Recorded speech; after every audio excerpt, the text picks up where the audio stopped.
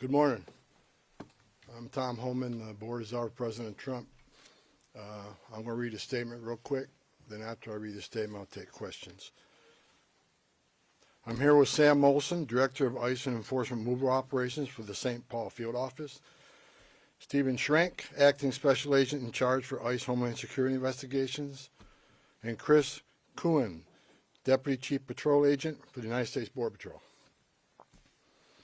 I'm very pleased to report that this surge operation and our work here with state and local officials to improve coordination and achieve mutual goals, as well as our efforts to address issues of concern here on the ground, have yielded the successful results we have came here for. The Twin Cities of Minnesota in general are and will continue to be much safer for the communities here because of what we have accomplished under President Trump's leadership. I previously shared with you before I got here. Before I even got here, I met with, I said I was going to meet with the governor, the AG, and the Mayor Fry, Mayor Herr, and I've done all of that.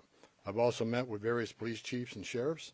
And one thing we all had in common was the importance of ensuring and maintaining public safety. Overall, we made a lot of progress through extensive engagement, meeting with them and other key stakeholders. And it is expected that those engagements and discussions will continue going forward in order to enhance exchange of information and more coordination.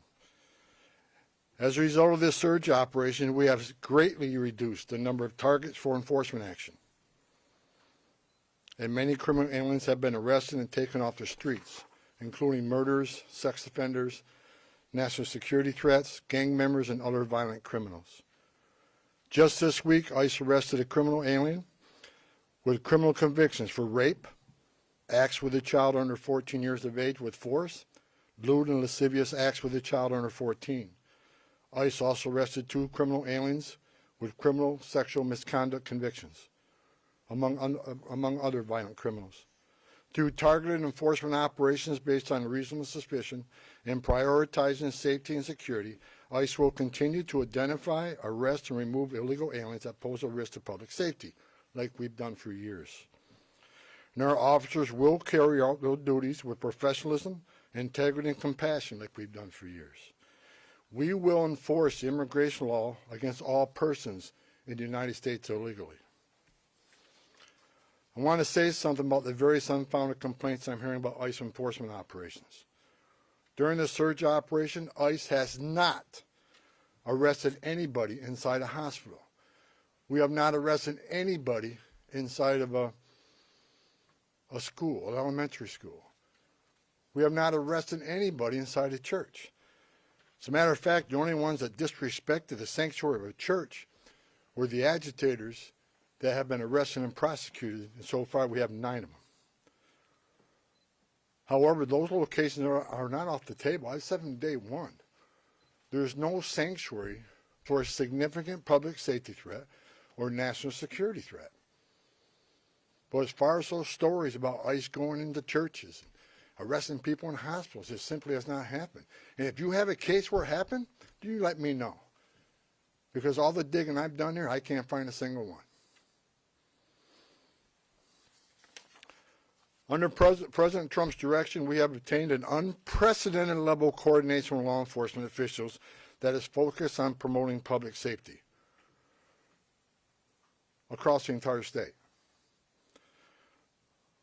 While I don't agree with Governor Walz and Attorney General Ellis on everything, I appreciate the support the governor gives to state agencies who coordinate with us in a manner intended to promote public safety. And I appreciate the AG having an open dialogue with me. Early on, the first meeting I had, acknowledging that county jails may notify ICE of the release date of an inmate, just as long as they don't hold them past the time they would normally release them.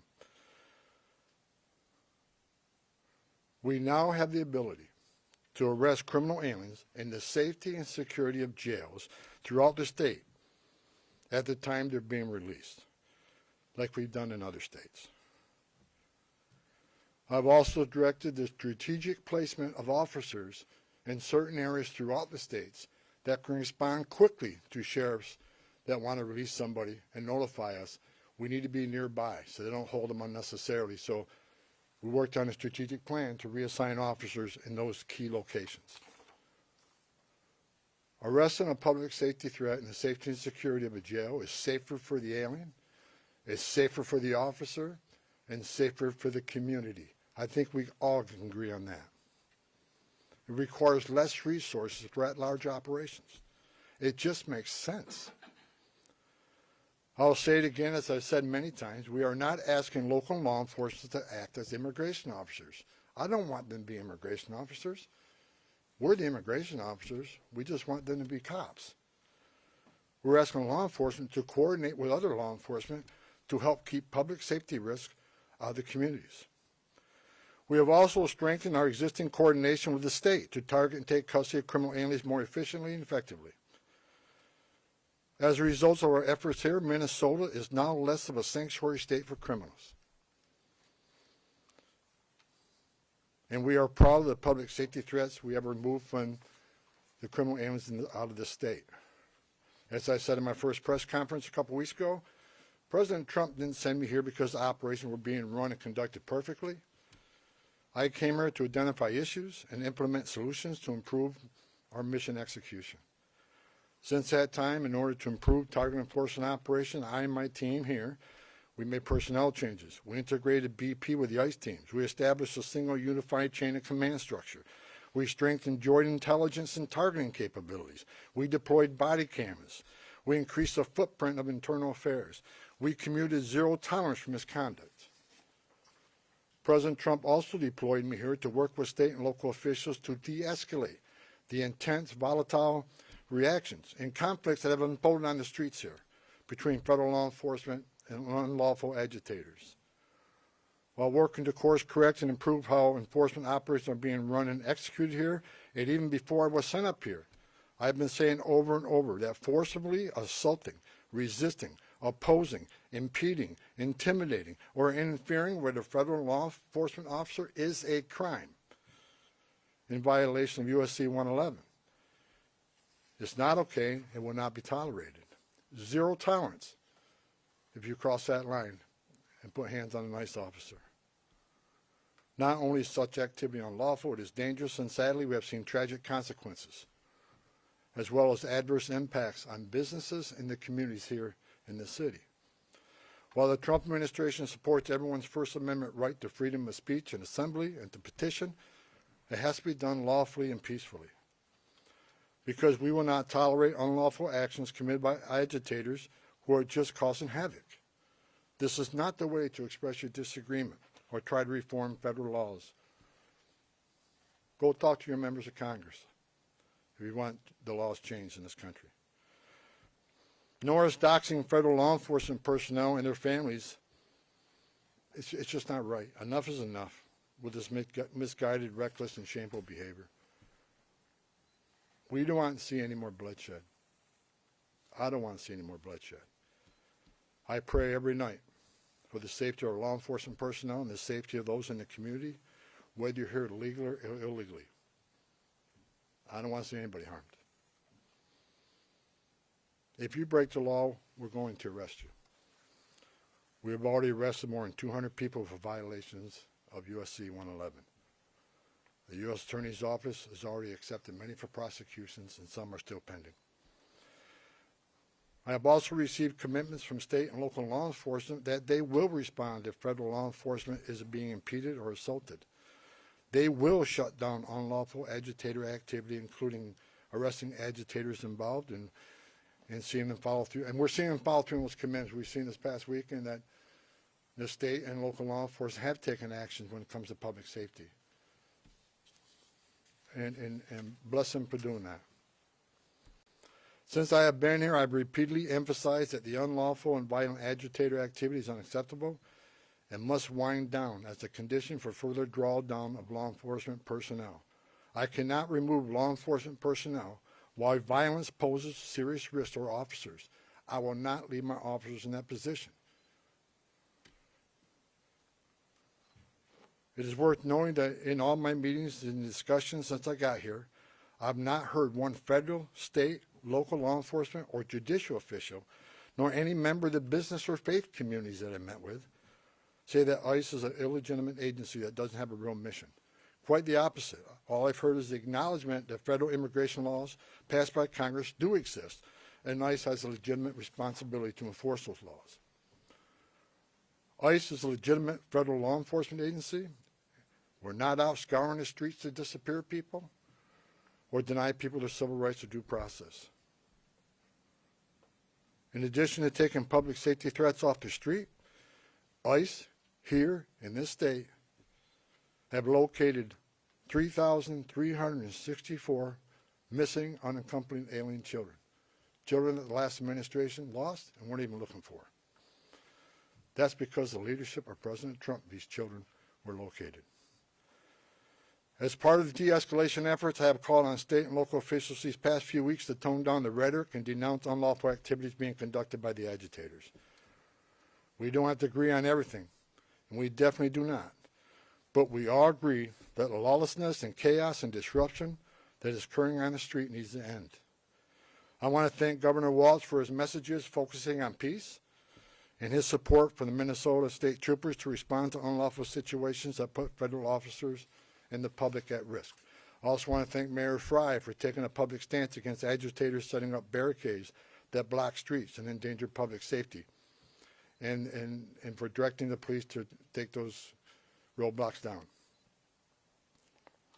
Additionally, I want to thank Police Chief O'Hara, Sheriff Witt, and various other local law enforcement for their responsiveness and efforts to maintain law and order in the streets. We've seen a big change here in the last couple of weeks, and it's all good changes. I'm also pleased to report that we're seeing a notable decrease on unlawful agitator activity here in Minneapolis and overall throughout the state. This is great news for Minnesota communities that have been adversely impacted by the lawlessness and chaos on the street. We have what we call here QRFs, Quick Response Force, security teams that get called out when ICE officers are out doing operations. They get into trouble if agitators get out of control. If there's a danger and public safety is at risk, these QRFs respond to help these officers get off the X and get out of that situation. I asked today when I got here, I want to know what the QRFs call outs are, what their deployments are. I want to know every time a QRF is called out. The QRF deployments have dropped dramatically because we have less of that occurring, less of the agitator that cross that line. That is a good thing. That is a win for everybody, not just for the safety of law enforcement officers. It's a win for this community. With that, and success that has been made arresting public safety threats and other priorities since this surge operation began, as well as the unprecedented levels of coordination we have obtained from state officials and local law enforcement, I have proposed, and President Trump has concurred, that this surge operation conclude. A significant drawdown has already been underway this week and will continue through the next week. We have a lot of work to do across this country to remove public safety risk who shouldn't even be in this country, and to deliver on President Trump's promise for strong border security and mass deportation. Law enforcement officers drawn down from this surge operation will either return to their duty stations or be assigned elsewhere to achieve just that. We will continue to enforce Title VIII immigration law throughout this nation. Prioritizing national security threats and public safety risks makes sense. But I'll continue to say over and over again, if you are here in the country legally, you're not exempt from our immigration laws. If we encounter you, we'll take appropriate enforcement action. For those that say we are backing down from immigration enforcement or the promise of mass deportations, you are simply wrong. Look at the data. Record number of arrests and deportations under President Trump's first year. And we'll continue that effort. Prioritizing public safety threats and national security threats doesn't mean we forget about everybody else. We will take action on everybody else. That's just a stone cold fact. A small footprint of personnel will remain for a period of time to close out and transition full command and control back to the field office. as well as to ensure agitator activity continues to decline, and that state and local law enforcement continue to respond to ensure officer and community safety. Additionally, federal government personnel assigned to conduct criminal investigation into the agitators, as well as the personnel assigned here for the fraud investigations, will remain in place until their work is done. I will also remain on the ground for a little longer to oversee the drawdown of this operation and ensure its success. In closing, I want to thank the leadership and senior management that I've worked with for your efforts into these issues, determine deficiencies and challenges, present solutions, and implement improvements that will benefit how operations are run and executed nationwide. God bless the men and women of ICE, men and women of the Border Patrol. Appreciate everything you've done for us. Also, with sincere gratitude, President Trump and I want to thank the men and women of ICE and CBP and partner agencies who have been assigned here during Operation Metro Surge. You achieved a great success for the Minnesota communities. Thank you to your families as well, because I know they sacrifice also.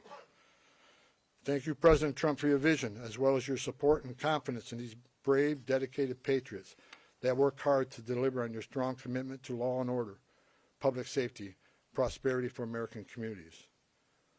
Today, we have the most secure border in American history. We are seeing record numbers of people being arrested and deported. Your promise to make America safe again is being played out every day on the streets of this country. I've said it many times. I worked for 6 different presidents, 10 different administrations. No one has done it better than President Trump. God bless this great country. I'll take questions now. We'll take a couple questions, no follow-ups. I'll start off with Frankie. Yeah. Mr. Homan, as immigration enforcement continues across the country here in Minnesota as well, how do you hope to gain the trust of individuals here that have kind of been wary of seeing federal officers on the street, but let's say 6 months from now, we still have the office here, we still are enforcing immigration across the country. What do you hope things to look like, and what are you asking for the public? Look, I just want people to look at the data on what this administration has done. You know, the number of public safety threats we removed from the streets across this country that makes these communities safer. ICE has had an office here for decades, before it was called INS, Immigration Naturalization Service. This footprint will remain here, and they'll continue to do immigration enforcement here. But as President Trump has said from day one, we're going to prioritize the public safety threats. Again, but prioritization doesn't mean forget about everybody else. That means you have a criminal alien here and non-criminal here. The criminal always comes first because he's the biggest threat to the communities. We're going to continue to force immigration law. Look, we'll get back to the footprint here, the normal footprint here, but there will be some security teams staying here, the QRFs, until we're assured that those agitators incidents either stay low or further decline. I'm not going to remove everybody out of the safety of our officers, but like I said, and Operation Metro Surge is ending. And in the next week, we're going to deploy the officers here on detail back to their home stations or other areas of the country that are needed. But we're going to continue to enforce immigration law. That's what the American people voted for. But it has to be a priority of criminals. And look, I hear all the hate about, you know, you should arrest everybody. Well, we are. But we're prioritizing those who are the biggest threat to our community. The rapists, the murderers, the child molesters. That's the right thing to do. But I'll say it again. President Trump made a promise of mass deportation, and that's what this country's going to get. But it's smart law enforcement to do target enforcement operations. Now, I've heard people attacking me using the word targeted. I sat for the last 2 months when I watched this operation, daily press briefs, and talking about targeted operations. Nothing changed, other than we're going to make sure they're targeted and make sure we know who we're going for, what their immigration record, what's their criminal history. That comes first. But enforcement of Title VIII is not going to end. If you're in this country legally, you're not off the table. And I think we're proving it if you look at the data. Eric? Mr. Homan, I just had a question about the final number of arrests you had, and how many of those people arrested were those targeted security threats you were after? I don't have that exact breakdown. I know we've made over 4,000 arrests here. That is something local field office can supply. I don't have the exact breakdown. But I can tell you, since I've been on the ground, they've been target enforcement arrests. I believe they were target enforcement arrests before I got here. What I did is create one chain of commands where everybody knows what everybody else is doing, and there's and integrate operation command centers. There were some issues here, and we addressed those issues. But I'm not going to sit here and say anybody did anything wrong, and that they were unprofessional. I'm going to say there's some issues here. We fixed those issues. We've had great success with this operation, and we're leaving Minnesota safer. The surge is leaving Minnesota safer, Minneapolis safer, because of the cooperation we got with the counties and the state and local law enforcement responding to our needs. I'll say it again. It's less of a sanctuary state for criminals. Yeah, sorry to go a little off topic here, but can you confirm that CPD actually hit a party balloon instead of a drone with a laser during the incident in El Paso? And why wasn't that action coordinated with the FAA? I have no information on that. It's out of my league. So we're going to keep the questions to Minnesota topic. Go ahead. Mr. Homan, can you specify how many county sheriffs, local jails have agreed to work with you and honor ICE detainers? I have not met one county jail that says no to us. They want to work with us. Okay, we have time for one more. Go ahead. Yes, hi, Mr. Homan. You talked about this unprecedented level of cooperation between local officials and yourself. Can you explain more what is changed now in terms of that cooperation from before? Several things have changed. First of all, when the agents were out doing operations and the agitators got a hand and posed a public safety threat not just to the officers but the communities, law enforcement response has been sporadic at best. I think at what you see now, what you saw this past weekend, is law enforcement's responding to public safety needs quickly. And people were arrested for violating city ordinances as far as when unlawful assembly and so forth. They come to assist us to make sure our officers, the person we have in custody, leave that scene safely.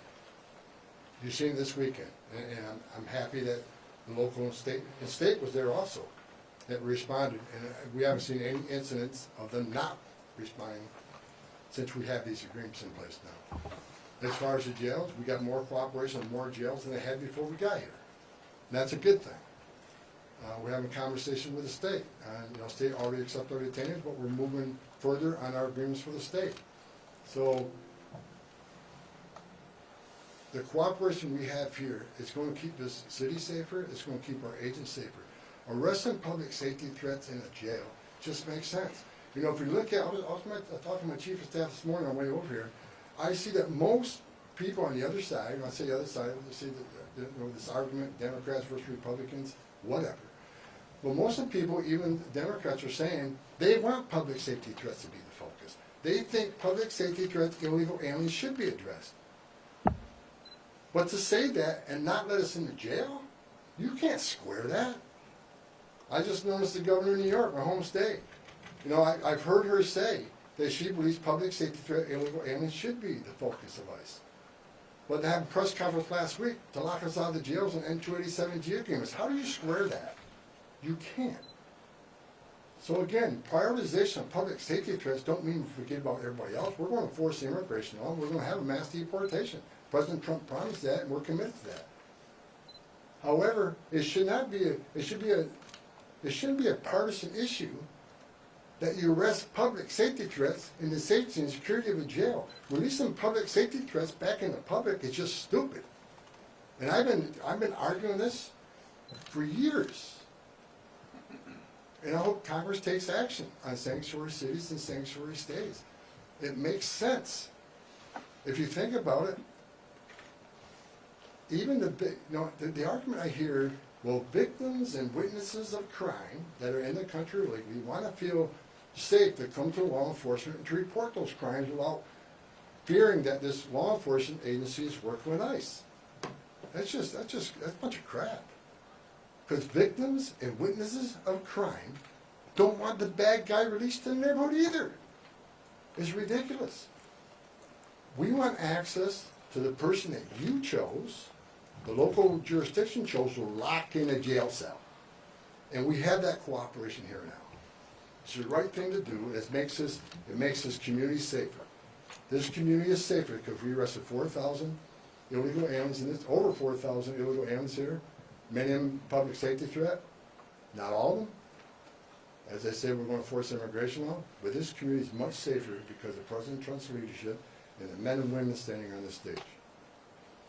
Thank you. That's all the questions we're going to take right now.